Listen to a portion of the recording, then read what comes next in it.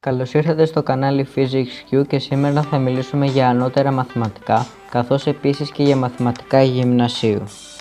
Θα ξεκινήσουμε με τον τρόπο λύσης μιας πρωτοβάθμιας εξίσωσης. Έχουμε επομένως την εξίσωση 2χ-3 επί μέσα σε αγκύλη 2χ μείον μέσα σε παρένθεση 3χ-1 κλείνει παρένθεση και αγκύλη ίσον μείον 2. Πριν ξεκινήσουμε να τη λύνουμε, να αναφέρω ότι η παράσταση που βρίσκεται αριστερά του ίσον λέγεται πρώτο μέλος και δεξιά του ίσον δεύτερο μέλος. Εάν έχουμε την εξίσωση 3χ ίσον 6, το 3 λέγεται συντελεστής του αγνώστου χ και το 6 είναι ο σταθερός όρος.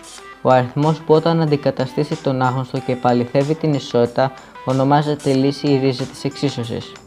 Για παράδειγμα, στην εξίσωση 3χ ίσον 6, το χ είναι το 2 διότι 3 επί 2 ίσον 6, άρα το 2 είναι η λύση της εξίσωσης. Η διαδικασία με τις οποίες βρίσκουμε τη λύση της εξίσωσης λέγεται επίλυση της εξίσωσης. Τώρα πάμε στην εξίσωση. Ξεκινάμε κάνοντας τις πράξεις παρενθέσεις. 2χ μείον 3 μείον μέσα σε παρένθεση 2χ και εφόσον έχει μείον μπροστά απαλήφουμε την παρένθεση χωρίς όμως να ξεχνάμε τα πρόσημα 2χ μείον 3χ συν 1 κλείνει παρένθεση ίσον μείον 2. Τώρα κάνουμε επιμεριστική. 2χ μείον 2 επί 3 που κάνει μείον 6χ συν 9χ μείον 3 ίσον μείον 2. Άρα έχουμε την εξίσωση 2χ μείον 6χ συν 9χ μείον 3 ίσον μείον 2. Χωρίζουμε γνωστούς από αγνώστους 2χ μείον 6χ συν 9χ ίσον μείον 2 συν 3. Και τώρα θέλω να επισημάνω ότι για να αλλάξει μέλος η παράσταση πρέπει να αλλάξει και τα αντίστοιχα πρόσημα. Κάνω τις πράξεις και βγαίνει 5χ ίσον 1 και διαιρούμε το συντελεστή του αγνώστου, άρα 5χ προς 5 ίσον 1 πέμπτο. Τότε χ ίσον 1 πέμπτο. Τώρα πάμε σε ανώτερα μαθηματικά.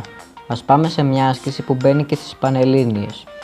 Μου ζητάνε να υπολογίσω ένα δύσκολο όριο που είναι λιμ ή στην μείον 1 προς χ, όταν το χ τίνει στο 0 από τα θετικά. Θα το λύσουμε με το κανόνα Del Hospital. Ξεκινάμε με μια αντικατάσταση.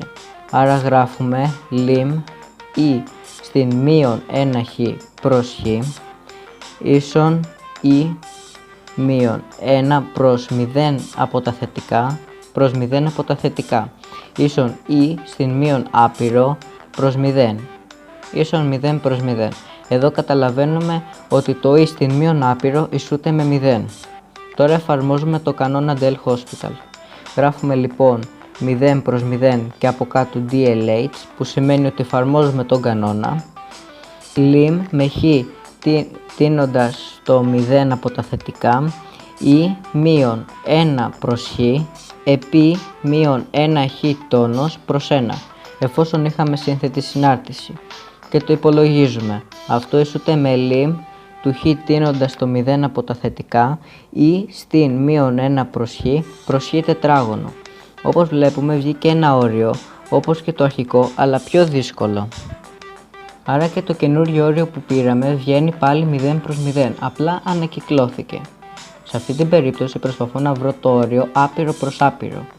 Γράφω lim χ τίνοντας το 0 από τα θετικά ή στην μείον 1 προς χ ισούται με lim με χ τίνοντας προς το 0 από τα θετικά 1χ προς ή επί 1χ. Όπως βλέπετε έβαλα στη το χ και κατεβάσαμε το ή στην μείον 1χ. Γράφω lim με χ τίνοντας το 0 από τα θετικά ή στην μείον 1 προς χ ισούται με lim χ τίνοντας με 0 από τα θετικά 1 προς χ προς ή επί 1 προς χ. Όπως βλέπετε έβαλα στον αριθμητή το χ και κατεβάσαμε το ή στον παρονομαστή και έγινε θετικό. Άρα ισούται με 1 προς 0 από τα θετικά προς ή επί 1 προς 0 προς τα θετικά, δηλαδή άπειρο προς άπειρο.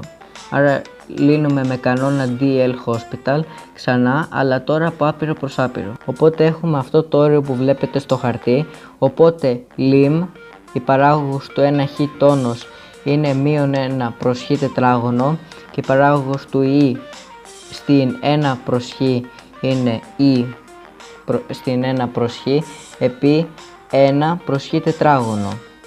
Όπως βλέπετε το -1 χ τετράγωνο απλοποιείται, άρα 1 προς ή συν 1 προς 0 από τα θετικά, που ισούται με 1 προς άπειρο. Άρα το όριο βγαίνει 0. Τόσο απλό. Τώρα πάμε στις τριγωνομετρικές ασκήσεις. Έχουμε ένα ορθογώνιο τρίγωνο με πλευρές α, β, γ, όπου α ίσον 8, β ίσον 6 και γ ίσον 10. Να υπολογιστούν όλοι οι τριγωνομετρικοί αριθμοί και γωνίες των δ και θ. Πρώτα απ' όλα ξεκινάμε με τους τριγωνομετρικούς αριθμούς, δηλαδή να βρούμε ημίτονο, συνημίτονο εφαπτωμένη, συνεφαπτωμένη, τέμνουσα και συντέμνουσα. Και βάσει αυτών των αριθμών θα βρούμε τις γωνίες. Θα τα συμβολήσω με διεθνούς χαρακτήρες, δηλαδή το ημίτονο με συν, το συνημίτονο με κος, την εφαπτωμένη με ταν, την συνεφαπτωμένη με κοτ, την τέμνουσα με σεκ και τη συντέμνουσα με CSC. Άρα το ημίτονο της δέλτας ισούται με 8 δέκατα, δηλαδή απέναντι κάθετη προς υποτείνουσα. Το συνημίτονο της δέλτας είναι 6 προς 10, δηλαδή προσκύμενη προς υποτείνουσα. Η εφαπτωμένη της δέλτα είναι 8 προς 6, δηλαδή απέναντι προς προσκύμενη. Η συνεφαπτωμένη της γωνίας δέλτα είναι 6/8, το αντίστροφο της εφαπτωμένης, δηλαδή το γινόμενό τους είναι 1. Η τέμνουσα που είναι 1 προς 6 προς 10, δηλαδή 1 προς το σημεινίτονο, και η συντέμνουσα της δέλτας είναι 1 προς 8 προς 10, δηλαδή 1 προς το ημίτονο. Άρα αν κάνουμε τις πράξεις 8 προς 10 και 6 προς 10 και 8 προς 6 και πάμε στην τελευταία σελίδα του σχολικού μας βιβλίου, θα βρούμε ένα κατάλογο αριθμών. 8 δέκατα ίσον 0,8, 6 δέκατα ίσον 0,6 και 8 έκτα ίσον 1,3 περιοδικό. Και κοιτάμε σε ποιον αριθμό είναι πιο κοντά τα αποτελέσματα που βρήκαμε. Άρα η γωνία δέλτα είναι 53 μοίρες. Το ίδιο κάνουμε και στη γωνία θ. Το τελικό αποτέλεσμα είναι 37 μοίρες. Stay tuned στο κανάλι μου.